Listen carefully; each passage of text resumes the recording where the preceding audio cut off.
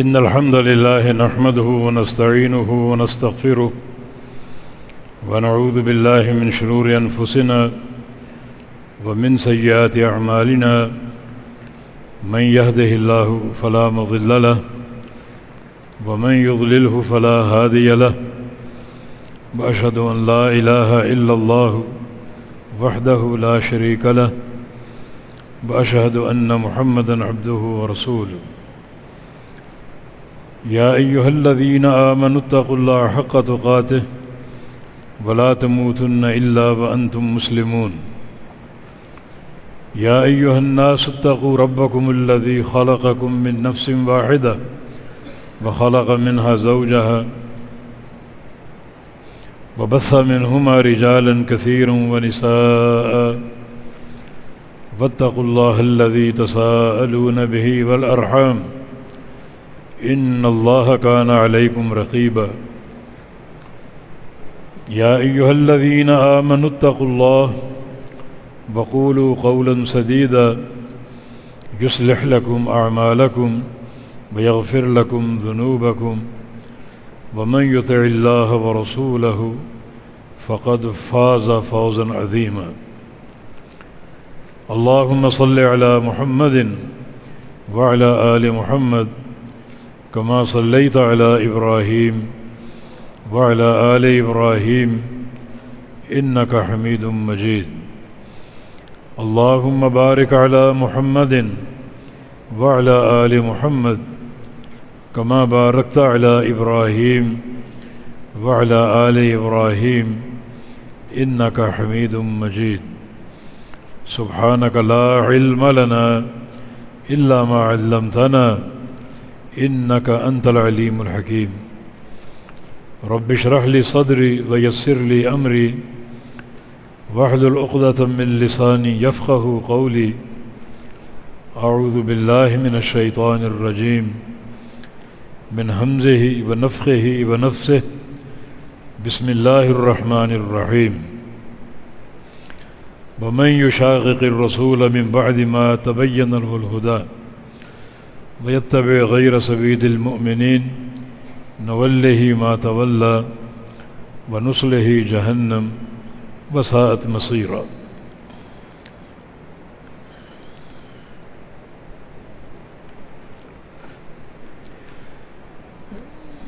اس نشست کا موضوع قرآن و حدیث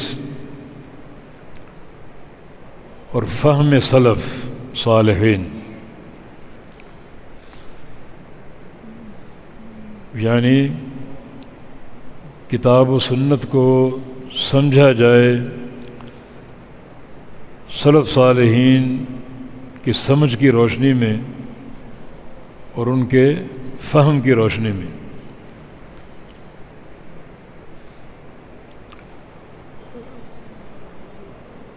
سلف یہ لام کی زبر کے ساتھ، جس کا معنی گزرے ہوئے اچھے لوگ۔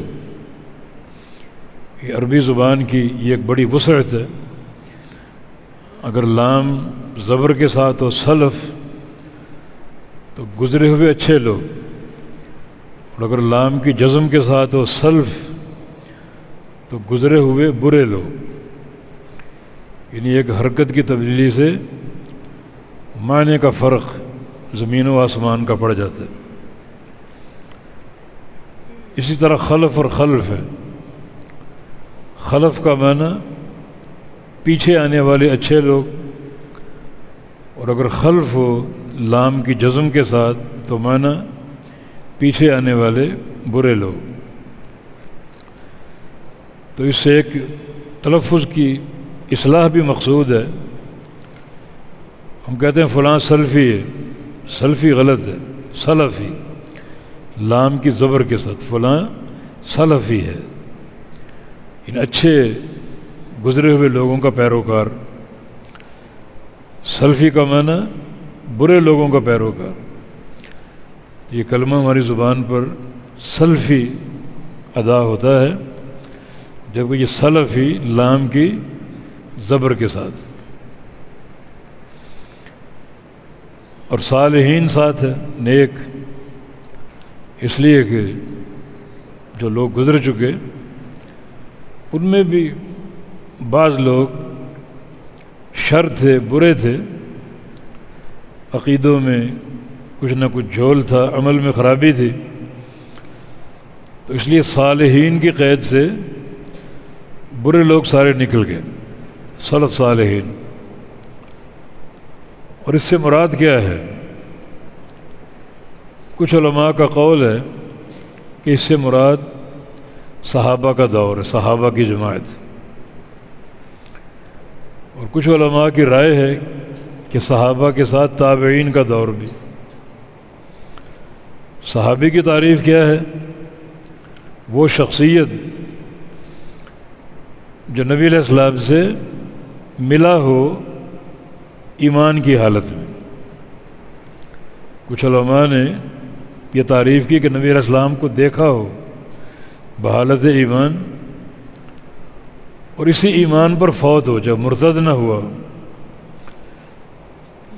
لیکن پہلی تعریف جامع ہے، نبی علیہ السلام کو ملا ہو، کیونکہ بعض صحابہ نابینے بھی تھے، نبی علیہ السلام کو دیکھ نہیں سکے مگر ملاقات تھی ان کی، جیسے عبداللہ بن مکتوم رضی اللہ عنہ نابینا تھے، ملاقات تھی لیکن دیکھنے کا شرف نہیں تھا، تو نبی علیہ السلام کو ملا ہو بحالت ایمان، اور اسی ایمان پر اس کا انتقال ہو جائے، اس صحابی کی تعریف۔ اور تابعی کی تعریف کیا ہے؟ جس نے صحابی کو دیکھا ہو اور صحابی سے ملاقات کی ہو بحالت ایمان، وہ تابعی ہے۔ تو کچھ علماء کی رائے سلف سے مراد صحابہ کا دور، اور کچھ کی رائے ہے سلف سے مراد صحابہ اور تابعین دونوں کا دور، جبکہ تیسری رائے جو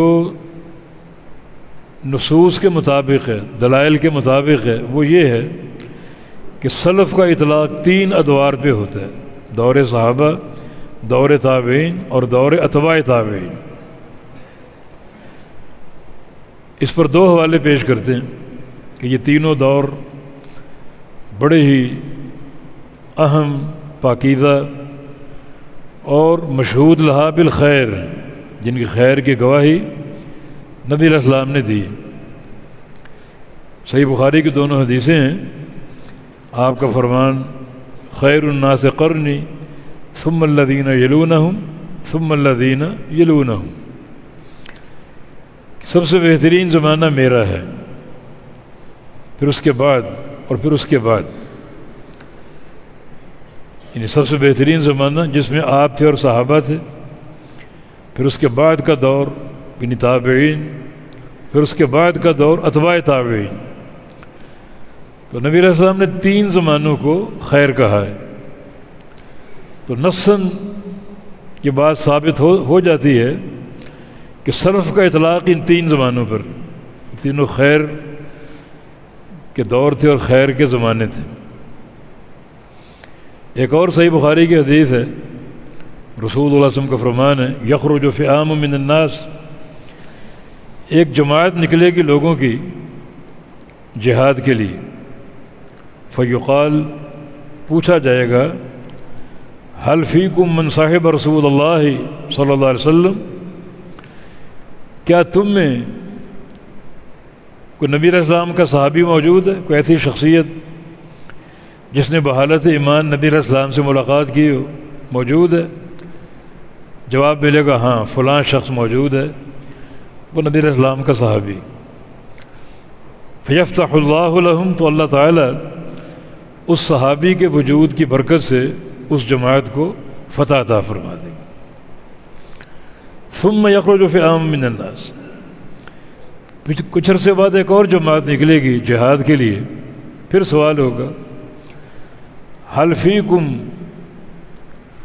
من رآ من صاحب النبی صلی اللہ علیہ وسلم، کیا تمہارے بیچ ایسی شخصیت ہے جس نے کسی صحابی کو دیکھا ہو، صحابی کی زیارت کی ہو؟ جواب ملے گا ہاں فلاں شخصیت ہے وہ صحابہ سے مل چکا ہے اور صحابہ کی زیارت ان کو حاصل ہے، تو اللہ تعالیٰ اس شخص کی موجودگی کی برکت سے بھی اس جماعت کو فتح دے دے گا۔ ثم یخرج فئام من الناس، پھر ایک اور جماعت نکلے گی جہاد کے لیے، پوچھا جائے گا هل فیکم من رعا من صاحب النبی صلی اللہ علیہ وسلم، کہ تمہارے بیچ ایسی شخصیت ہے جس نے کسی تابعی کو دیکھا ہو؟ جواب ملے گا ہاں فلاں شخصیت ہے جس نے فلاں تابعی کو دیکھا ہے، ملاقات کی ہے، تو اللہ تعالیٰ اس تابعی اور تبع تابعی کی برکت سے بھی اس جماعت کو فتح عطا فرما دے گا۔ تو اس حدیث میں 3 ادوار کا ذکر، یعنی صحابہ کا دور اور صحابہ کی شخصیت اور تابعین کی شخصیت اور اتباع تابعین کی شخصیت۔ تو یہاں بھی اس حدیث سے بھی ان 3 جماعتوں اور ان 3 قسم کے افراد اور 3 ادوار کے خیر ہونے کی گواہی ملتی۔ تو اس لیے جو زیادہ معروف قول جس پر شیخ البانی رحمہ اللہ کی رائے بھی قائم ہے کہ ان نصوص کی روشنی میں سلف کا اطلاق ان 3 ادوار پر ہوتا ہے، دور صحابہ پر، دور تابعین پر اور دور اتباع تابعین پر۔ اب جو ہم فہم سلف کی بات کرتے ہیں تو فہم سلف دین کا مصدر نہیں ہے، دین کے مصدر 2 تھے، قرآن اور حدیث۔ فہم صحابہ دین کا مصدر نہیں ہے، بلکہ جو دین کے مصدر ہیں یعنی کتاب و سنت، ان کو حاصل کرنے کا طریقہ اور ان کے فہم کا طریقہ ہے، مصادر نہیں۔ صحابہ یہ بات جانتے تھے کہ جو دین کے مصادر، انہیں تلقی بالعلم جس کو کہا جاتا ہے، علم کو لینا، تلقی العلم،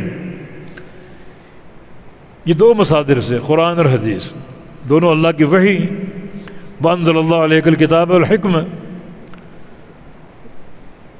اور قرآن و حدیث میں پورا دین موجود ہے، کتاب و سنت میں پورا دین موجود۔ جامع ترمذی کی روایت ہے، کچھ یہودیوں نے مذاق اڑایا اور سلمان فارسی سے کہا لقد علمکم نبیکم کل شیء حتی الخراء، کہ تم کتنے بھولے بھالے لوگ ہو، جاہل قسم کے، کہ تمہارے نبی نے تمہیں ہر شے سکھائی، حتیٰ کہ استنجا کے آداب بھی سکھائیں۔ اس قدر تم ایک ناآشنا اور جاہل لوگ ہو۔ تو انہوں نے فرمایا کہ ہاں یہ ہمارے لیے فخر کی بات ہے، ہمیں نبی علیہ السلام نے استنجا کے آداب بھی سکھا دیے، اور کوئی دین کا پہلو اس عقل پر نہیں چھوڑا۔ یہ دین وحی۔ یہ قول یہودیوں کا ایک مذاق تھا، مگر یہ دین کے شمول کی دلیل، کس قدر یہ دین کامل اور شامل ہے۔ جس دین میں استنجا کے آداب سکھائے گئے موجود ہیں، تو سب سے اہم مسئلہ تو عقیدے کا، وہ کیوں نہ پوری طرح موجود ہوگا، پھر احکام، دین اسلام کی 5 بنیادیں، ان کا طریقہ، وہ کیوں نہ موجود ہوگا۔ تو یہ قول شمول دین کی دلیل ہے۔ اور ایک اثر جناب ابو ذر غفاری رضی اللہ عنہ کا بھی بتاتے ہیں کہ توفی رسول اللہ صلی اللہ علیہ وسلم وما طیر یطیر بجناحہ الا اعطانا منہ علما، جب نبی علیہ السلام کا انتقال ہوا تو ہمیں فضاؤں میں اڑنے والے پرندوں کا بھی علم دے گئے، زمین کے قضایا، زمین کے مسائل، زمین والوں کے مسائل سارے حل کر ہی گئے، مگر جو پرندے آسمانوں میں اڑتے ہیں ان کی بھی خبر دے گئے، ان کا بھی علم دے گئے۔ یہ قول بھی شمول دین کی دلیل ہے۔ تو کتاب و سنت مصدر تلقی ہیں، تلقی علم، حصول علم کے دو مصادر، اور پورا شرع علم ان دو مصادر میں محصور ہے۔ باقی اجماع اور قیاس یہ الگ بحث ہے، وہ انہی کے تابع ہیں۔ اصل یہ دو مصادر ہیں، اور اگر ان دو مصادر کا فہم ہم سلف صالحین سے لے لیں، صحابہ سے لے لیں، اور کوئی مسئلہ ایسا نہیں ہے جس میں سلف کا قول موجود نہ ہو، ان کا فتویٰ موجود نہ ہو، اور ان کا عمل موجود نہ ہو، تو اگر انصاف ہو اور اللہ کا خوف ہو اور بندہ تقویٰ کے منہج پر قائم ہو، تو یہ ایک ایسی کامل حقیقت ہم نے بیان کر دی کہ پورا دین انہی تین نقطوں میں محصور ہے: قرآن، حدیث اور فہم سلف، کتاب و سنت اور فہم سلف۔ تو دوبارہ عرض کرتا ہوں کہ فہم سلف یہ تلقی علم کا مصدر نہیں ہے، بلکہ کتاب و سنت جو اصل مصادر ہیں دو، ان کو سمجھنے کا طریقہ، راستہ ان کے فہم کا، یہ فہم سلف ہے صالحین،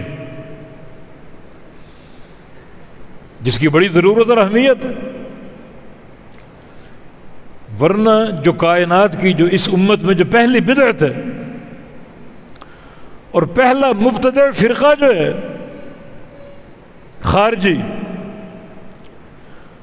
ان کی گمراہی کا سبب کیا تھا؟ فہم سلف سے دوری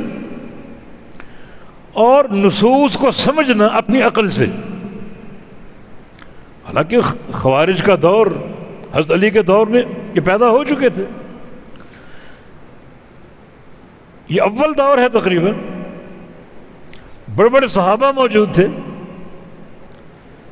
مگر فہم کی غلطی کر کے نتیجہ یہ کہ ایک نیا فرقہ ظہور پذیر ہوا۔ جس وقت ایک لڑائی جاری تھی امیر معاویہ اور جناب علی بن ابی طالب رضی اللہ عنہما کے لشکروں میں، جنگ صفین ہوئی، اور جنگ صفین میں بے شمار مسلمان قتل ہوئے دونوں طرف سے، حتیٰ کہ دونوں لشکروں کی طرف سے قرآن اٹھائے گئے کہ لڑائی کی بجائے قرآن پر فیصلہ کرو، اور لڑائی ان کی اجتہادی امر تھا، دونوں اپنے موقف کو درست سمجھتے تھے۔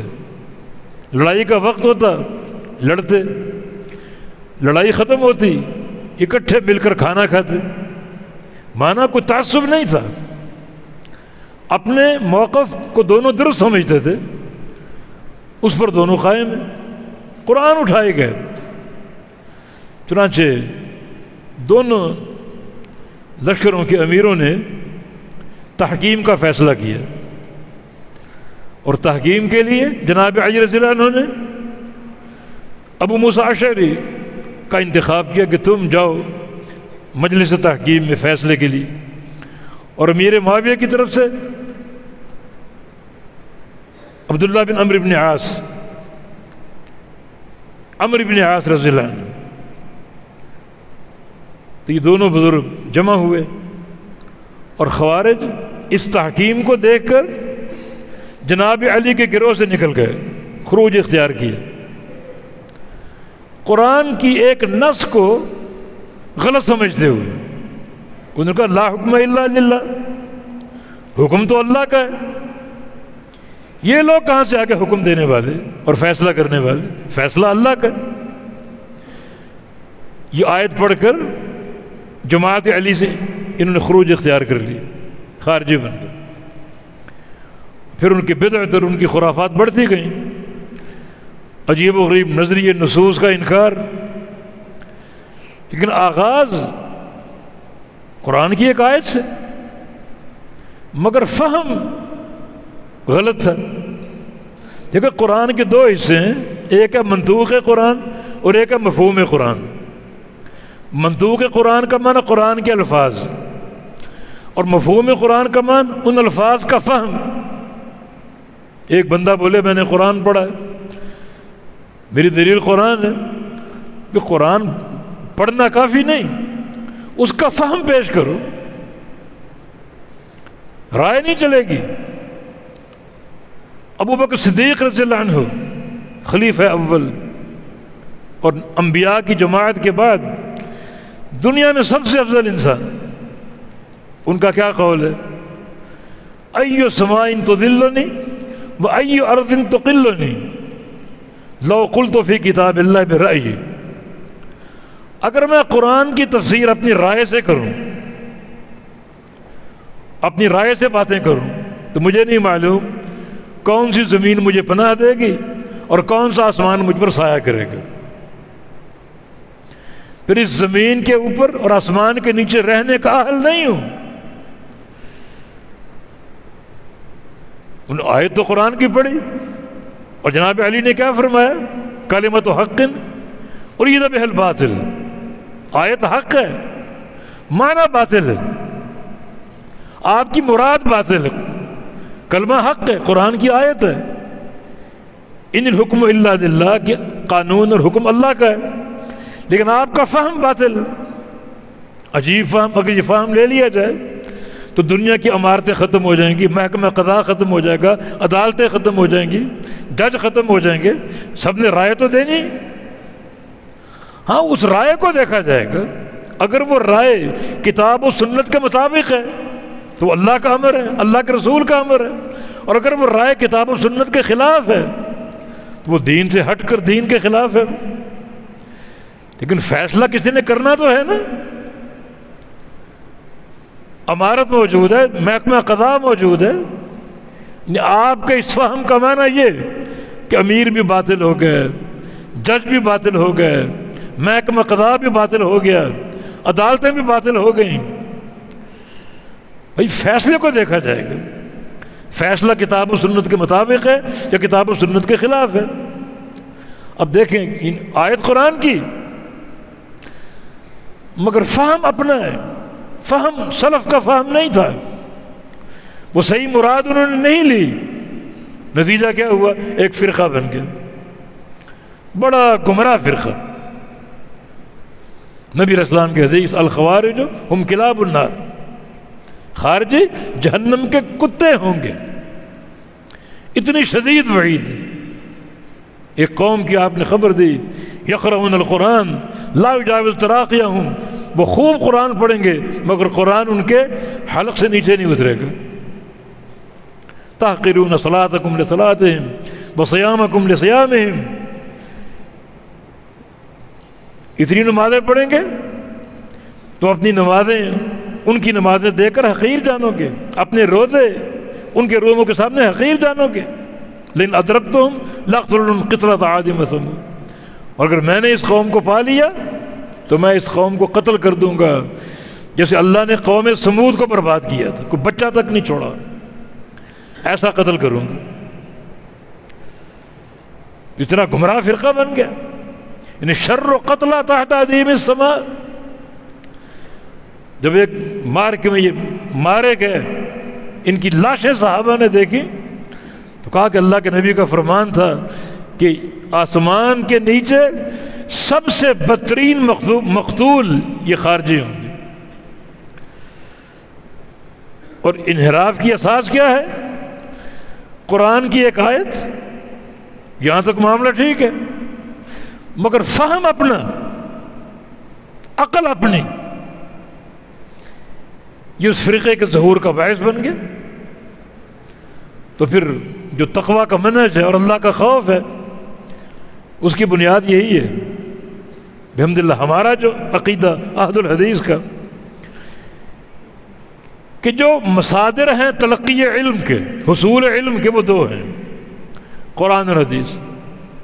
اور قرآن و حدیث میں بھی انسان شترے بے مہار نہیں، بلکہ کتاب و سنت کا فہم اپنے اسلاف سے لے، سلف صالحین سے لے۔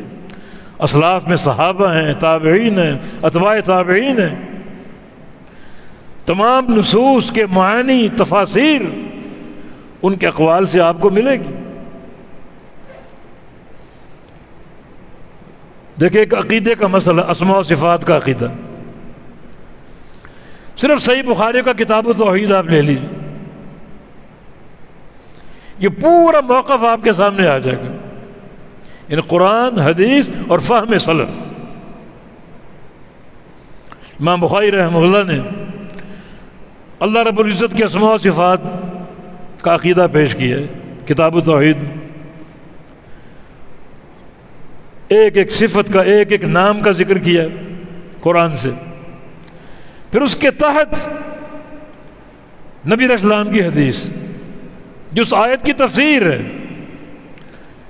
اس آیت کو مزید کھولتی اور واضح کرتی، اور بیشتر مقامات پر جو الفاظ صفات ہیں ان کا معنی سلف صالحین کے اقوال اور ان کی تفسیر کی روشنی میں پورا ایک رنگ آپ کو، علمی رنگ ملے گا اسماء و صفات کے عقیدے میں۔ قرآنی آیات، نیچے نبی علیہ السلام کی احادیث، اور یہ فکر اجاگر کر دی کہ قرآن اور حدیث دونوں کا مدلول ایک ہی ہے۔ جو منکرین حدیث کا انکار کرتے ہیں، قرآن اور کہتا ہے، حدیث کچھ اور کہتی، کتاب التوحید پڑھو۔ عقیدے کا برگزیدہ مسئلہ ہے یہ، معرکۃ الآراء مسئلہ۔ ہر ترجمۃ الباب جو آیت پر قائم ہوا، اس کے تحت حدیث نبی علیہ السلام کی جو اسی قرآن کی آیت کی تعبیر ہے، پھر اقوال سلف جا بجا پیش کیے۔ یہ ہے کتاب و سنت علی فہم السلف الصالح۔ کتاب و سنت میں اس کا ثبوت جا بجا موجود۔ اللہ تعالیٰ کا فرمان فَإِنْ آمَنُوا بِمِثْلِ مَا آمَنْتُمْ بِهِ فَقَدْ اهْتَدَوْا، اگر یہ لوگ ایمان لائیں کیسا؟ جیسا صحابہ کا ایمان۔ اپنے ایمان کے لیے عملی طور پر صحابہ کو دیکھیں، ان کے عمل کو دیکھیں، ان کے فہم کو دیکھیں، ان کے اقوال اور فرمودات کو دیکھیں، پھر یہ ہدایت پر ہے۔ تو ہدایت تو ضروری ہے نا، گمراہ انسان کامیاب نہیں۔ تو ہدایت کے لیے کیا شرط ہے کہ تمہارا ایمان کیسا ہو، تمہارا عمل کیسا ہو، تمہارا فہم کیسا ہو، جیسا اصحاب رسول صلی اللہ علیہ وسلم کا۔ یہ آیت اس بات کی دلیل ہے، جو سلف میں جو پہلی جماعت صحابہ کی، اللہ رب العزت نے ان کے عمل کو، ان کے کردار کو، ان کے اقوال کو ایک حجت کے طور پر پیش کیے۔ اس طرح کی اور آیات، والسابقون الاولون من المہاجرین والانصار والذین تبعهم بإحسان رضی اللہ عنہم ورضوا عنہ۔ سابقین اولین کا ذکر ہے، اور سابقین اولین میں دو جماعتیں، مہاجرین کی، انصار کی۔ مہاجرین جنہوں نے مکہ کو چھوڑا، مدینہ ہے، ترک وطن کیا ہے اپنا ایمان اور عقیدہ بچانے کے لیے، اور انصار صحابہ جنہوں نے ان مہاجرین کا استقبال کیا، ان کو جگہ دی، گھروں کے دروازے کھول دیے۔ یہ دو جماعتیں جو گزر چکی، یہ آیت کریمہ بتا رہی ہے کہ اللہ تعالیٰ کس سے راضی ہے، تو اس کی رضا کی تلاش تو کرنی۔ جنت کس کو ملے گی یہ بات معلوم کرنی۔ اخروی عذاب کو برداشت نہیں کر سکتے، اللہ کی رضا کی طلب اور جنت کی جستجو ہر بندے میں ہونی چاہیے۔ اور یہاں یہ مقام بتا رہا ہے کہ اللہ کس سے راضی ہے اور جنت کا داخلہ کس کو عطا فرمائے گا۔ دو جماعتیں، سابقین اولین مہاجرین، دوسرے انصار، تیسری ایک جماعت اور ہے۔ یہ دو جماعتیں گزر چکی اور تیسری جماعت آتی رہے گی۔ وہ کون سی جماعت ہے؟ والذین تبعہم بإحسان، یہ وہ لوگ جو ان کے متبع، ان کے پیروکار۔ امام مالک رحمہ اللہ اس آیت سے استدلال کرتے ہیں کہ صحابہ کے منہج کی اتباع فرض ہے، اور ظاہر سی بات ہے اللہ کو راضی نہیں کرنا یہ فریضہ تو ہے ہی. جنت نہیں چاہیے، جنت کی جستجو، جنت کی طلب، بسارعوا الی مغفرۃ من ربکم وجنت، دوڑو جنت کی طرف، لپکو جنت کے حصول کے لیے. جب یہ فرض ہے تو اس کی اساس کیا ہے؟ ان انصار و مہاجرین کی، ان سابقین اولین کی اتباع. یعنی آیت کریمہ یہ بھی اس بات کو فرض قرار دے رہی ہے کہ منہج اصحاب رسول کی اتباع فرض ضروری ہے. ایک اور مقام پر وَمَن يُشَاقِقِ الرَّسُولَ مِن بَعْدِ مَا تَبَيَّنَ لَهُ الْهُدَىٰ وَيَتَّبِعْ غَيْرَ سَبِيلِ الْمُؤْمِنِينَ نُوَلِّهِ مَا تَوَلَّىٰ وَنُصْلِهِ جَهَنَّمَ وَسَاءَتْ مَصِيرًا. یہاں دو باتیں ہیں، دو اسباب جہنم میں ڈالے جانے کے. ایک ہے من یشاقق الرسول، رسول کی مخالفت، رسول کی نافرمانی. رسول کی مخالفت کس چیز میں اس کی تحدید نہیں ہے، کوئی بھی مخالفت،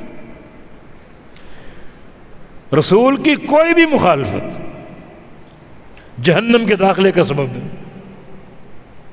جیسے فَلْيَحْذَرِ الَّذِينَ يُخَالِفُونَ عَنْ أَمْرِهِ، ان لوگوں کو ڈرنا چاہیے جو رسول کے کسی امر کی مخالفت کرتے ہیں. عن امرہ، امرہ میں عموم ہے، ان واحد کا صیغہ معرفہ کی طرف مضاف ہے، اور یہ عموم کا صیغہ ہے، یہ عموم کا مقام ہے. مفرد مضاف ہو معرفہ کی طرف تو اس میں عموم ہوتا ہے. ان امرہ اے فی جمیع امورہ، جو بھی آپ کے امور مخالفت کرے گا اس کو ڈرنا چاہیے فتنہ سے اور عذاب علیم سے. تو یہاں بھی من یشاقق الرسول، رسول کی نافرمانی کرتا ہے. من بعد ما تبین الہدیٰ، حالانکہ حق واضح ہو چکا، ہدایت واضح ہو چکی، اس پر جہنم کی وعید ہے. آگے وَيَتَّبِعْ غَيْرَ سَبِيلِ الْمُؤْمِنِينَ، یہ واو عاطفہ، اس کا عطف من یشاقق الرسول پر. جملے کی ترتیب یہ بنتی ہے من یشاقق الرسول من بعد ما تبین الہدیٰ، آگے نصلہ جہنم وساءت مصیرا. اور دوسرا جو اس کا معطوف ہے وَمَن يَتَّبِعْ غَيْرَ سَبِيلِ الْمُؤْمِنِينَ نُصْلِهِ جَهَنَّمَ وَسَاءَتْ مَصِيرًا. اور جو بندہ مومنین کے راستے کو چھوڑ کر کسی اور راستے کا انتخاب کرتا ہے وہ بھی جہنمی، وہ بھی جہنم. تنزیل کے وقت جب یہ وحی اتر رہی تھی، مومنین کون تھے؟ کون مومنین تھے؟ صحابہ کی جماعت تھی. غیر سبیل المومنین، ان مومنین کے راستے کو چھوڑ کر کسی اور راستے کو منتخب کر لے، کسی اور راستے کو تلاش کر لے، اس پر چل نکلے. جیسے رسول کی مخالفت کرنے والے کے لیے جہنم کی وعید ہے، ویسے مومنین کے راستے کو چھوڑ کر کسی اور راہ پر چلنے والے کے لیے بھی جہنم کی وعید. معنی بالکل واضح. رسول کی اتباع، رسول کیا لے کر آئے؟ دو چیزیں، قرآن اور حدیث. سبیل المومنین کیا ہے؟ کتاب و سنت کا فہم اس سبیل المومنین کی روشنی، جو صحابہ کا سبیل، اس کی روشنی. تو اس طرح کی بے شمار نصوص ہیں. کنتم خیر امت اخرجت للناس، کنتم خیر امت اخرجت للناس. یہ کنتم کا مخاطب کون ہے؟ کنتم بمعنی انتم، تم لوگ. کون سننے والے؟ صحابہ. خیر امت، یہ ترکیب اضافی، خیر امت. اس کی علماء نے دو ترکیبیں کی، ایک اضافی اور ایک توصیفی. خیر امت اپنے ظاہر کے ساتھ ترکیب اضافی، خیر مضاف اور امہ مضاف ہے. معنی کیا ہوگا اضافی کی صورت میں؟ تم امت کے بہترین لوگ. اضافی ترکیب، تم امت کے بہترین لوگ۔ مخاطب کون ہے؟ صحابہ۔ اور آگے کیا؟ اخرجت للناس، جن کو نکالا گیا ہے لوگوں کے لیے۔ اخرجت بمعنی اظہرت، تمہیں ظاہر کیا گیا، نکالا گیا، پیدا کیا گیا لوگوں کے لیے۔ معنی تمہارا اخلاق، تمہارے اقوال، تمہارا منہج، تمہارا فہم لوگوں کے لیے حجت اور مثال کے طور پر اس نص نے پیش کیا۔ یہ ایک معنی ہے، یعنی کنتم کا مخاطب کون ہے؟ صحابہ۔ خیر امت ترکیب اضافی، امت کے بہترین لوگ۔ اور یہ معنی مؤید ہے ایک اور حدیث سے، ان هذه الامه جعل عافیت فی اولها وان آخرها سیصیبها بلاء وامور تنکرونها، صحیح مسلم کی حدیث ہے۔ یہ میری پوری امت جو ہے، اس امت کی تمام تر عافیت جو ہے اس امت کے پہلے دور میں، وہ دور کس کا ہے؟ صحابہ کا دور۔ صحابہ کا دور، یہ ساری عافیت، ہر طرح کی بہتری اس امت کے پہلے دور میں ہے، یعنی صحابہ کا دور۔ یہ بات قرآن کر رہے، کنتم خیر امہ، جو پوری امت ہے میری، اس پوری امت میں تم یعنی صحابہ سب سے بہترین لوگ ہیں۔ اور آگے جو محل شاہد اخرجت للناس ہے، تم کو لوگوں کے لیے نکالا گیا، تمہارا کردار، تمہارا عقیدہ، تمہارا عمل لوگوں کے لیے، رہنمائی کے لیے۔ تم نے قرآن اللہ کے نبی سے لیا، حدیث اللہ کے نبی سے لی، اور فہم اللہ کے نبی سے لیا، اور اس کو آگے منتقل کیا۔ تبھی تو صحابہ کو اللہ تعالیٰ کی حکمت تھی، اللہ کے نبی کے انتقال کے بعد دنیا بھر میں پھیل گئے، کوئی مصر، کوئی بغداد، کوئی بصرہ، کوئی کوفہ۔ اخرجت للناس، لوگوں کے لیے نکالا گیا تاکہ لوگ ان کو سنیں، ان کی صحبت سے فیض یاب ہوں، ان کا علم حاصل کریں۔ تو اس طرح کے بے شمار نصوص جو سلف صالحین کے فہم کو قبول کرنے اور لینے کی ترغیب دیتے ہیں۔ یہ کنتم خیر امہ کا دوسرا معنی، یہ ترکیب توصیفی۔ اس صورت میں مخاطب پوری امت ہے۔ تقدیر عبارت یوں بنتی ہے اصل میں، کنتم امتن خیرن، امتن موصوف اور خیرن صفت، بعض اوقات معنی میں مبالغہ پیدا کرنے کے لیے اور مزید قوت کو ظاہر کرنے کے لیے صفت کو مقدم کرتے ہیں موصوف پر، اور پھر صفت کو موصوف کی طرف مضاف کر دیتے ہیں۔ یا امتن خیرن تھا، خیرن صفت، امہ موصوف، صفت کو مقدم کیا اور اس کو امت کی طرف مضاف کر دیا، لیکن معنی ترکیب توصیفی کا ہے کہ تم یعنی امت محمدیہ صلی اللہ علیہ وسلم سب سے بہترین امت۔ دونوں معنی درست ہیں، اور دونوں معنی جو عموم مقاصد شریعت ان کے خلاف نہیں۔ تو اگر پہلا معنی لیں تو کنتم کا مخاطب کون ہے؟ صحابہ۔ صحابہ کیا ہیں؟ خیر امہ، اس پوری امت میں سب سے بہترین لوگ۔ اور ان کی دوسری خوبی، دوسرا وصف کیا ہے؟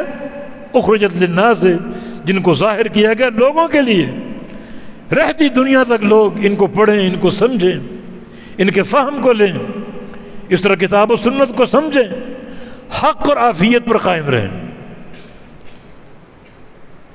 بے شمار حدیثیں بھی ہیں، نبی علیہ السلام کا فرمان، خیر الناس قرنی ثم الذین یلونہم ثم الذین یلونہم، کہ سب سے بہترین میرا زمانہ ہے، یعنی میں اپنے صحابہ کے ساتھ ہوں، یہ میرا دور سب سے بہترین، پھر اس کے بعد تابعین کا دور، پھر اس کے بعد اتباع تابعین کا دور۔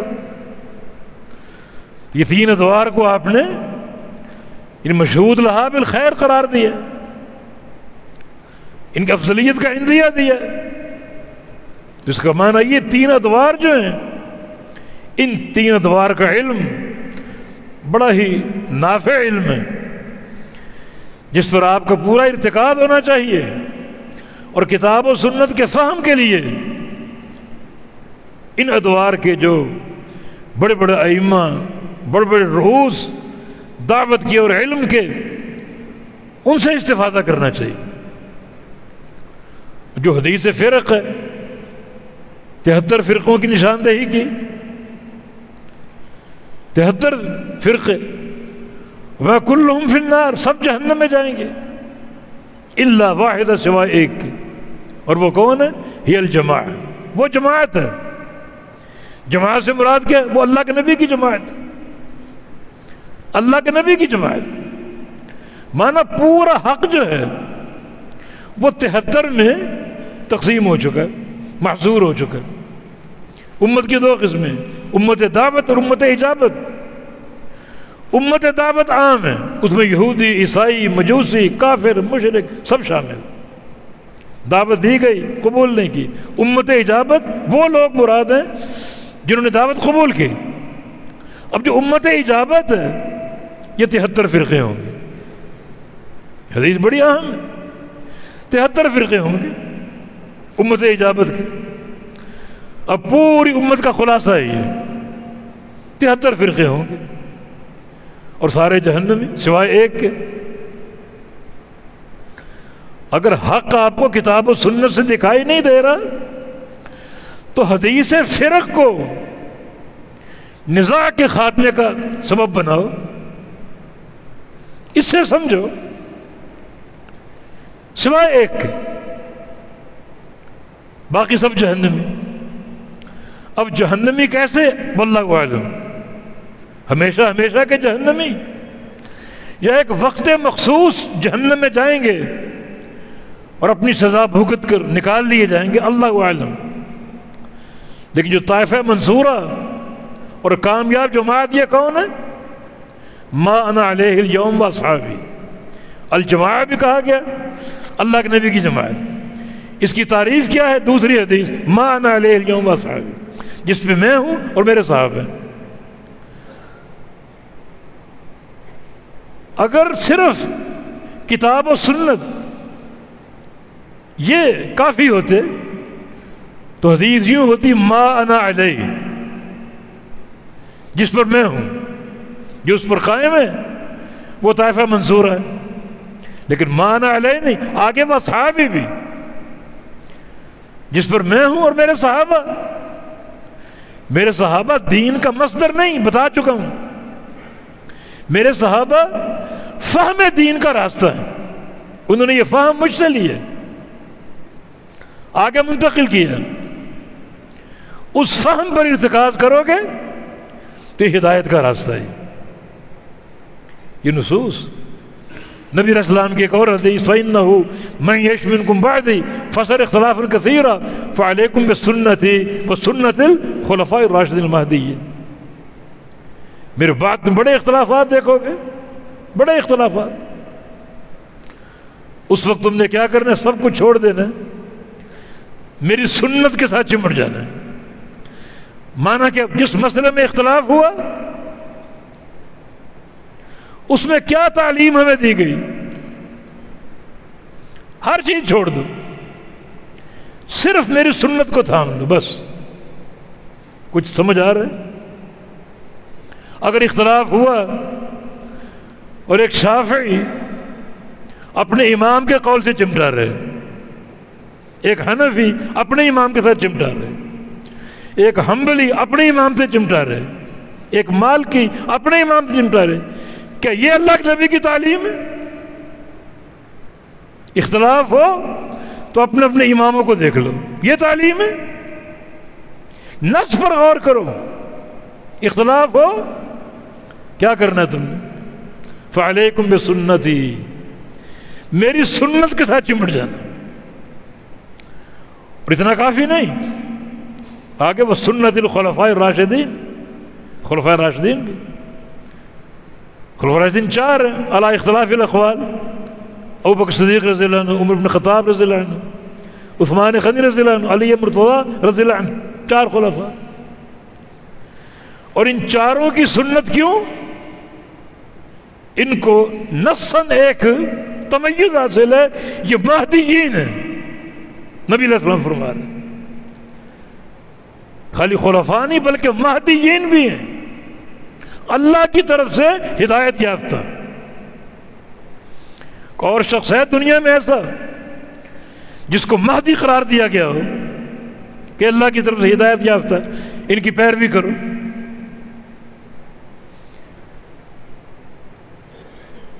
تو اتنا نہیں کہا کہ بس فعلیکم سنت، بس میری سنت، بس بس بس نہیں. آگے خلفاء راشدین، ان کا فہم جو اللہ کے نبی سے لیا،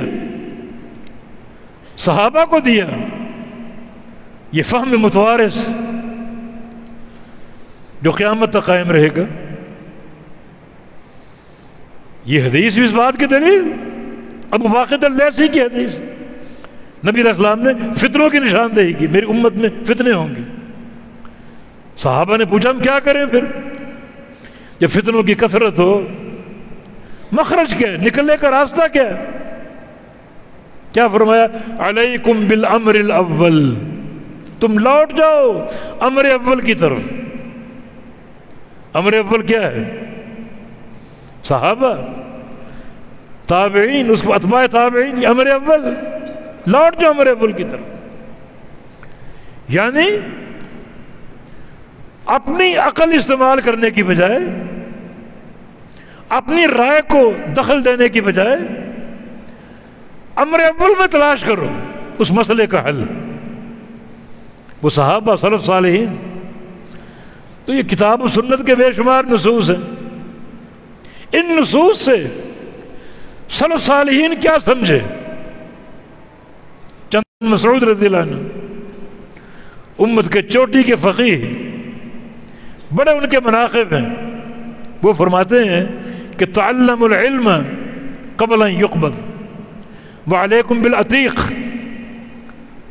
علم حاصل کر لو قبل اس کے کہ علم. اس دور میں قراء یا قاری علماء کو کہا کرتے تھے. آج ہم اکثر صرف قرآن پڑھتے ہیں، فہم اور سمجھتے نہیں ہیں، تفسیر اور ترجمہ نہیں پڑھتے، بس حفظ کر لیا، قراءت سیکھ لی اور بس کہیں مدرس ہو گئے. یہ قراء.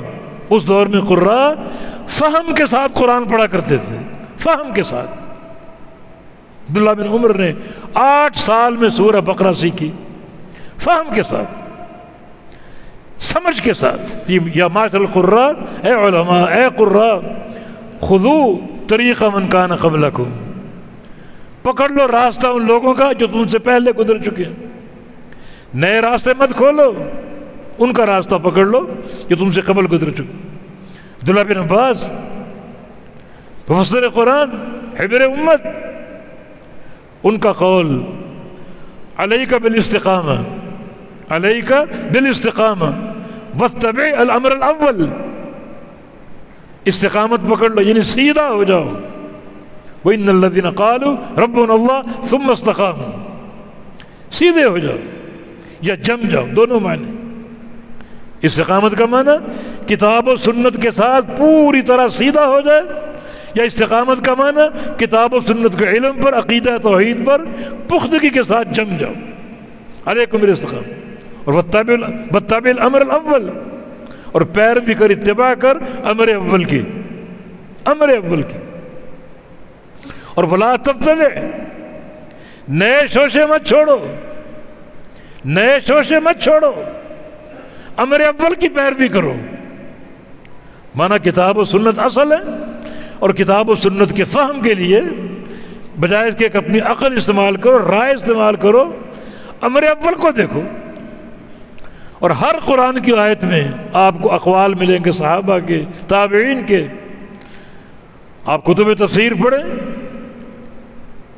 حدیث کے تعلق سے بھی شروع حدیث کی پڑھیں، وہ تو نصوص کی تعبیر آپ کو سلف صالحین سے ملے گی. امام اوزاعی رحمہ اللہ بڑی چوٹی کے امام تھے، بہت بڑے امام، شام کے محدث تھے، فقیہ تھے. ان کا ایک واقعہ امام صاحبی نے نقل کیا. حج میں سواری پر سوار تھے اور آگے سے سواری ایک شخص لے کر چل رہا ہے اور پیچھے ایک شخص اس سواری کو دھکا دے رہا ہے.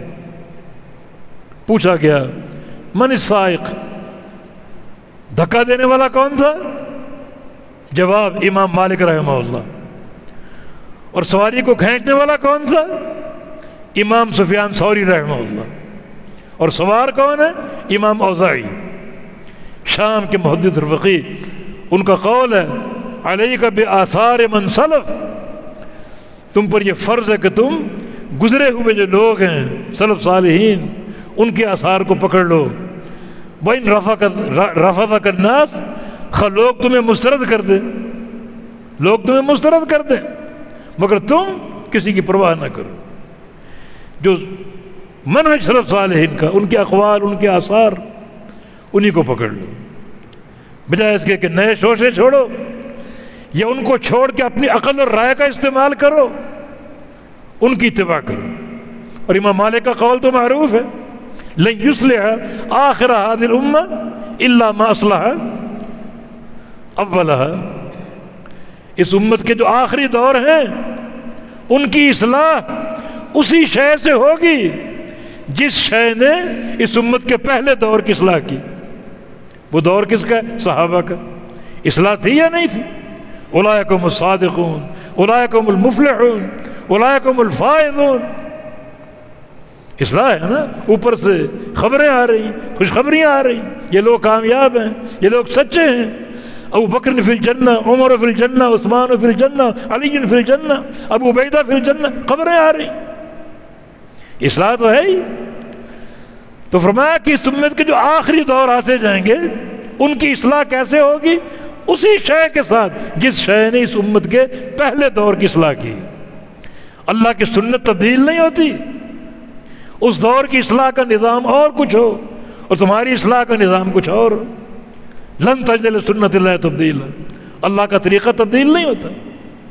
امام ذہبی رحمہ اللہ، یہ جرح و تعدیل کا امام، ان کا قول ہے ان احببت یا عبداللہ الانصاف، اے اللہ کے بندے اگر تو انصاف چاہتا ہے، عدل کی بات چاہتا ہے، تو فقف مع نصوص القرآن والسنہ، تو کتاب و سنت کے نصوص پر کھڑے ہو جاؤ، ٹھہر جاؤ. عدل کی بات بتا رہا ہوں، انصاف کی بات. کتاب و سنت کے نصوص پر ٹھہر جاؤ، کھڑے ہو جاؤ. ثم انظر، پھر دیکھو. کیا دیکھو؟ ما قالہ الصحابہ والتابعون وائمۃ التفسیر فی هذه الآیات. پھر یہ دیکھو کہ اس آیت کے بارے میں صحابہ نے کیا کہا ہے، تابعین نے کیا کہا ہے، ائمہ تفسیر نے کیا کہا ہے. پھر یہ دیکھو. اور خاص طور پر قرآن کی تفسیر. حضرت عمر کا قول ہے کہ یہ اہل الرائے تم سے جھگڑیں گے قرآن پر پڑھ کر. فخذوہم بالسنہ فإن القرآن ذو وجوہ، ان کو سنت سے پکڑو، تم حدیث سے پکڑو. ایک تو حدیث کا مجال بڑا وسیع ہے، ان کو تھکا دے گا. دوسرا قرآن جو ہے وہ ذو وجوہ ہوتا ہے. لوگ اپنی مطلب کے راستے اس سے نکالنے کی کوشش کرتے ہیں، مطلب کے راستے، آزادانہ ایک سوچ اور فکر مطلب کا راستہ نکالتے. جبکہ سنت اور آثار سلف اس کو پوری طرح مقید کر دے گا، اس مفہوم کو جکڑ دے گا، تمہاری آزادی کو ختم کر دے گا، بے راہ روی کو ختم کر دے گا. ان کا تعاقب سنت کے ساتھ کرو، حدیث کے ساتھ کرو. حدیث جو ہے وہ قرآن کے معنی کی تحدید کرے گی. اور مزید جو اقوال سلف ہیں ان کے ذاتی اقوال نہیں، وہ اقوال متوارث ہیں. اتباع تابعین نے تابعین سے لیے اور تابعین نے صحابہ سے لیے. آپ کو نظر نہیں آئے گا ان دینی مدارس میں کوئی اسکینڈل نظر نہیں آئے گا. ان آراء کا اور ان مذاہب کا کوئی اسکینڈل نظر نہیں آئے گا. کیوں؟ یہ فہم متوارث ہے، سند متصل ہے نبی علیہ السلام تک. کون اس کو چیلنج کر سکتا ہے؟ تو بات یہ ہو رہی ہے کتاب و سنت علی فہم السلف الصالح. اس موضوع کو بڑا پھیلایا جا سکتا ہے، مگر ہم دو حیثیتوں سے بات کریں گے، دو حیثیتوں سے. اور ممکن ہے کہ آج بات ختم نہ ہو، انشاءاللہ اگلے پروگرام میں اس کو مزید واضح کریں گے. اس موضوع کی جو آج ضرورت ہے، جو مولانا داؤد صاحب نے اس موضوع کا انتخاب کیا، ہو سکتا ہے 2 اسباب ہوں۔ ایک یہ کہ فکر سلف کی ضرورت کیوں ہے؟ اس لیے کہ سلف صالحین میں حزبیت نہیں تھی، نہ ان میں کوئی حنفی تھا، نہ کوئی شافعی تھا، نہ کوئی مالکی تھا، نہ کوئی حنبلی تھا، نہ کوئی اشعری تھا، نہ کوئی ماتریدی تھا، نہ کوئی جعفری تھا، کچھ نہیں تھا۔ ان کی جو تفسیر ہے، ان کا جو فہم ہے، حزبیت سے پاک ہوگا۔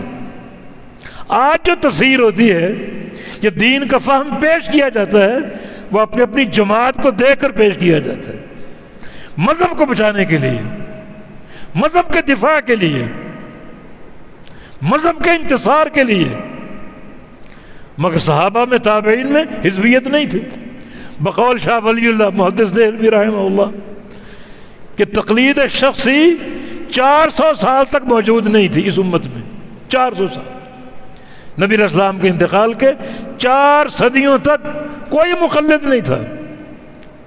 400 سال بعد تقلید شروع ہوئی۔ تو یہ سلف کا دور، صحابہ کا، تابعین کا، اتباع تابعین کا دور حزبیت سے پاک تھا۔ ان کی جو تفاسیر ہوں گے، ان کے جو اقوال ہوں گے، حزبیت سے پاک ہوں گے۔ حزبیت تھی ہی نہیں، وہ کسی جماعت سے منسوب تھے ہی نہیں۔ کس کی جماعت تھے وہ؟ ہی الجماعہ، اللہ کے رسول کی جماعت تھے۔ اللہ کے رسول کی جماعت کے لیے پورا تعصب قربان ہے۔ ہاں، اگر میں کہوں میں متعصب ہوں اپنے رسول کے فرمان کے لیے، یہ کوئی عیب نہیں۔ ہم متعصب ہوں اپنی شخصیت کے لیے، اپنے امام کے لیے، اپنے باپ دادا کے لیے، اپنی قوم برادری کے لیے، یہ سارا کا سارا عیب ہے۔ تو فہم سلف کے موضوع کی ضرورت کیوں ہے؟ اس لیے کہ فہم سلف حزبیت سے پاک ہے۔ اس دور میں جماعتیں نہیں تھیں، فرقے نہیں تھے، ان کے اقوال اعتدال پر قائم ہیں، عدل اور انصاف پر قائم ہیں۔ ان کی تفسیر میں قطعاً ان خواہشات کی آمیزش نہیں۔ آج جو بات ہوگی خواہشات کے ساتھ ہوگی، مذہب کے انتصار کے لیے ہوگی، مذہب کو بچانے کے لیے ہوگی، مذہب کے دفاع کے لیے ہوگی۔ پھر یہ تفسیر قابل قبول ہے، یہ رجحان قابل قبول ہے۔ تبھی جو فہم سلف ہے بالکل پاکیزہ، اس کی ضرورت ہے۔ اور یہ فرقے بن چکے ہیں، تقلیدی گروہ بن چکے ہیں، چلے آ رہے ہیں، صدیوں سے چلے آ رہے ہیں۔ اور دوسرا، آج کے پرفتن دور میں بہت سے لوگ اٹھے ہیں، کچھ آپ کو ٹی وی کی اسکرین پر نظر آئیں گے، اور کچھ یہ نیٹ وغیرہ اس پر نظر آئیں گے، بٹن دباؤ سامنے بیٹھے ہیں۔ یعنی ممبر و محراب ان کو قبول نہیں کرتا، اس کے اہل بھی نہیں۔ اللہ نہیں چاہتا کہ یہ لوگ اس پاکیزہ ممبر پر بیٹھیں، اس مصلی پر کھڑے ہو کے نماز پڑھیں، اللہ نہیں چاہتا۔ گھروں کے کمرے میں بیٹھے ہیں، ٹی وی کی اسکرین پر نظر آتے ہیں، اور اپنی فکر، مذموم فکر لوگوں تک منتقل کر رہے ہیں۔ یعنی فہم سلف کا کوئی حوالہ نہیں۔ ہو سکتا ہے قرآن کی باتیں کرتے ہوں، ہو سکتا ہے حدیث کی باتیں کرتے ہوں، مگر فہم اپنا۔ میں نے عرض کیا نا، قرآن کے دو حیثیتیں، ایک منطوق قرآن اور ایک مفہوم قرآن۔ منطوق قرآن پیش کرنا کافی نہیں، منطوق قرآن خارجیوں نے پیش کیا، ان حکم الا للہ، مگر فہم ان کا اپنا تھا، ایسا فہم جس نے امارت کو، قضاء کو، ہر چیز کو باطل قرار دے دی۔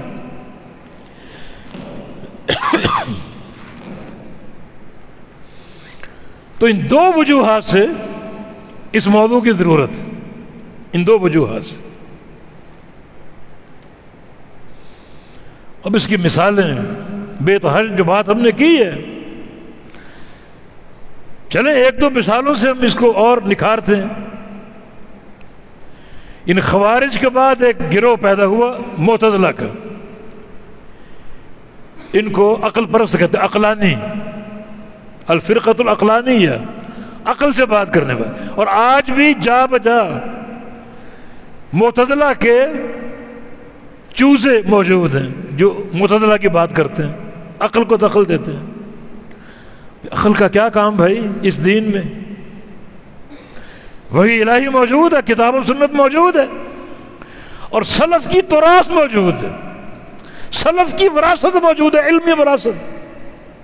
ٹھوکریں کھانے کی ضرورت ہی نہیں. لیکن یہ لوگ بیٹھے ہیں بن ٹھن کے، گمراہ ہیں اور گمراہ کر رہے ہیں.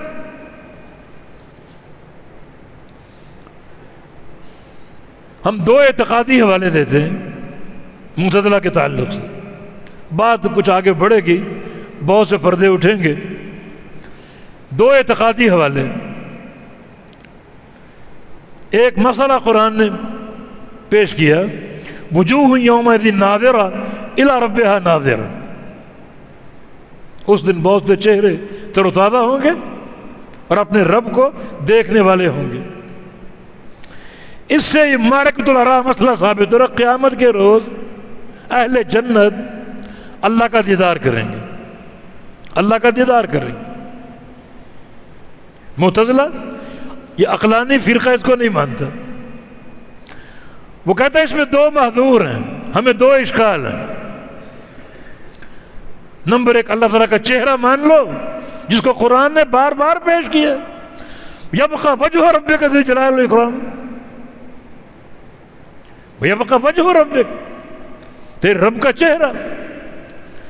وہ کہتے ہیں چہرہ ماننے سے تجسیم لازم آتی. یہ اللہ تعالیٰ کا جسم ہے، جسم ماننا پڑے گا. اس لیے چہرے کا دیدار، سب کا انکار. دوسرا، ایک چیز ہم دیکھتے ہیں تو وہ کسی جہت میں ہوگی نا، تبھی تو دیکھی جائے گی. وہ کسی جہت میں ہوگی. داؤد صاحب مجھے نظر آ رہے ہیں، میرے دائیں طرف ہیں، جہت ہے نا، دائیں طرف بیٹھے ہوئے. ادھر میں دیکھوں ارشد صاحب، عبید صاحب ہے، میرے بائیں طرف ہے. جو بھی چیز دیکھوں گا وہ جہت ہوگی. پنکھا اوپر ہے، جہت ہے. سامنے کھڑکی، سامنے، یہ بھی جہت ہے. پیچھے ممبر ہے، یہ بھی جہت ہے. جو بھی چیز آپ دیکھیں گے، یا وہ پیچھے ہوگی یا آگے ہوگی، یا دائیں ہوگی یا بائیں ہوگی، یا اوپر یا نیچے. نیچے کارپیٹ ہے، جہت ہے. یہ یعنی جو بھی چیز دیکھو گے اس کی جہت ماننی پڑے گی، بغیر جہت کے نہیں دیکھ سکتے. جو بھی چیز دیکھو، آگے یا پیچھے، دائیں یا بائیں، اوپر یا نیچے. 6 جہات ہیں، دائیں بائیں اوپر نیچے آگے اور پیچھے. تو کہتے ہیں اللہ تعالیٰ کو اگر دیکھنا ہے تو اللہ کسی جہت میں ہوگا، یہ دائیں طرف ہوگا یا بائیں طرف ہوگا یا آگے یا پیچھے. تو مانا وہ ذات محصور ہے مخلوقات میں، محصور. یہ دو ہمیں اشکال ہے. بھئی یہ دو باتیں سلف صالحین نے کی. یہ آیت کس پہ اتری؟ محمد الرسول اللہ صلی اللہ علیہ وسلم پر. آپ نے پوچھا جبریل سے یا اللہ تعالیٰ سے کہ تجھے دیکھنے کی کیفیت کیا ہوگی؟ اس سے جسم لازم آ رہا ہے. صحابہ نے سنا، صحابہ نے پوچھا رؤیت باری تعالیٰ کا کیا طریقہ ہوگا؟ اس سے تجسیم بن رہی ہے، جسم لازم آ رہا ہے. کوئی سوال کیا؟ نہیں. آمنا وصدقنا. یہ فہم سلف ہے.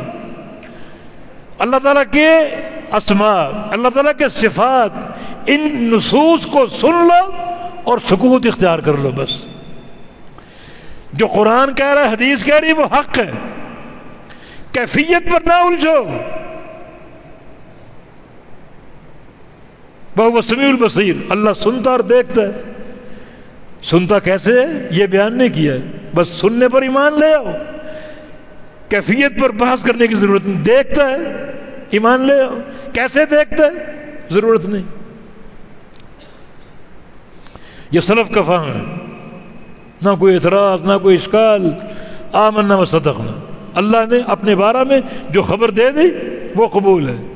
کیفیت اللہ نے نہیں بتائی، وہ اللہ کے سپرد ہے. ہاں یہ عقیدہ ضرور ہے کہ اس کے سارے نام، ساری صفات اور سارے افعال مخلوقات کی تشبیہ سے پاک ہے، اور درجہ کمال پر کوئی نقص نہیں، ان میں کوئی نقص نہیں. اب اس اپنے الجھے ہوئے منتشر فہم کی بنا پر اللہ تعالیٰ کے دیدار کا انکار کرتی، یہ نصوص کا انکار۔ اساس کیا ہے؟ غلط فہم۔ اساس کیا ہے؟ سلف صالحین کے فہم سے اعراض، اپنی عقل۔ اب قرآن کی آیت ہے، کیا کرو گے اس کا بھی کچھ کرو۔ دو تعویلیں باطل قسم کی، الی ربہا ناظرہ، وہ کہتا ہے مضاف محذوف ہے، الی ثواب ربہا ناظرہ، چہرے تر و تازہ ہوں گے اور رب کے ثواب کو دیکھیں گے۔ اب سوچو یہ معنی بنتا ہے کہ جو جنت میں داخل ہو گیا وہ جنت کی نعمتوں کو نہیں دیکھے گا، پھر کیا معنی اس کا؟ اللہ کیا بتانا چاہ رہے ہیں؟ جنت میں داخل ہونے والا اللہ کے ثواب کو نہیں دیکھے گا؟ جنت کی حوروں کو، نہروں کو، پلوں کو دیکھے گا نہیں کیا؟ یہ ایک فطری اور طبعی امر ہے، اس کے لیے استدلال کی ضرورت ہے؟ کوئی نئی خبر نکالو یہاں سے، اور نئی خبر وہی جو قرآن بتا رہا ہے، رب تعالیٰ کے چہرے کا دیدار۔ اور کچھ لوگوں نے اور مزہ کا خیز بات کی، جناب ناظرہ بمعنی منتظرہ، رب کا انتظار کریں گے۔ پلے درجے کی جہالت۔ طلبہ علماء یہاں بیٹھے ہیں، ناظرہ بمعنی انتظارہ کب آتا ہے؟ صلے کا استعمال، اس فرق کو بھی پہچانو، ایک ہے ناظرہ اور ایک ہے ناظرہ الیہ۔ ناظرہ الیہ کا معنی دیکھنا، اس کا صلہ الہ آ جائے، جیسے یہاں پر الہ ربہا ناظرہ، دیکھنے کا معنی، اور ناظرہ بمعنی انتظار، یہاں متعدی بصلہ الہ ہے، دیکھنے کے معنی میں۔ ہمارے ایک معاصر ساتھی ہیں، وہ مشہور ہیں بڑے عورتوں کی خدمت میں، رمضان میں وہ تراویح پڑھاتے ہیں اور تسبیح کی نماز کا اہتمام بھی کرتے ہیں۔ کسی شادی حال میں عورتوں کا رش ہوتا ہے، بڑی ان کی ترجمانی کرتے ہیں۔ انہوں نے فتویٰ دیا کہ شوہر کے لیے جائز نہیں ہے عورت کو مارے، عورت کو مارے جائز نہیں۔ ایک طرح کی عورت کی ایک بازاری لفظ چمچہ گیری، بھی قرآن میں تو مارنے کا ذکر ہے۔ شوہر اگر عورت سے نافرمانی دیکھو تو 3 مرحلے، ہلکا پھلکا مارے، فضربوہن، اور یا پھر بستر جدا کر دے، یا پھر طلاق دے دے۔ تو ضرب کا ذکر قرآن نے کیا۔ اب ان کی تفسیر سنو، جب فہم سلف سے دور بھاگو گے، اپنے فہم کو پیش کرو گے، تو دنیا ہنسے گی ان مزہ کا خیز باتوں پر اور ان پرلے درجے کی جہالتوں پر۔ وہ فرماتے ہیں کہ ضربہ کے 2 معنی، ایک مارنا اور ایک چلنا۔ چلنا کہاں سے؟ فضربوا فی الارض، زمین میں چلو، ہاں جی، چلنے کے معنی میں یہاں، لیکن وہی صلے کا استعمال نہیں جانتے۔ ایک ہے ضربہ اور ایک ہے ضربہ فیہ، فرق کرو گے نہیں کرو گے؟ ضربہ کا معنی مارنا اور ضربہ فیہ کا معنی چلنا۔ یہاں فضربوہن، یہ باب اپنے مفعول کی طرف خود متعدی، بغیر صلہ کے واسطے کے۔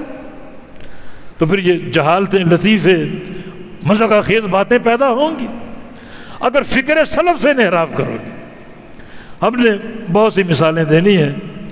رات اصل میں لاڑکانہ میں تھے، بلکہ آگے رتو ڈیرو وہاں ایک پروگرام تھا، اور لوٹتے لوٹتے یہاں فجر ہوگی، کوئی آرام کا موقع نہیں مل سکا، تو ویسے بھی وقت کافی ہو گیا۔ اگلا پروگرام اسی موضوع پر ہوگا انشاءاللہ، اور ہم نے بہت سی مثالیں دے کر واضح کرنا ہے کہ فکر سلف کیوں ضروری ہے اور منہج سلف کیوں ضروری ہے، اور اگر اس منہج سے ہٹ جاؤ، سرک جاؤ، تو کس طرح گمراہیاں اور ضلالتیں ہمارے پیش نظر ہوں گی۔ اللہ پاک ہمیں ہدایت دے دے، ہمیں صحیح فہم کی توفیق عطا فرما دے، کتاب و سنت کا فہم عطا فرما دے، سلف صالحین کی محبت عطا فرما دے۔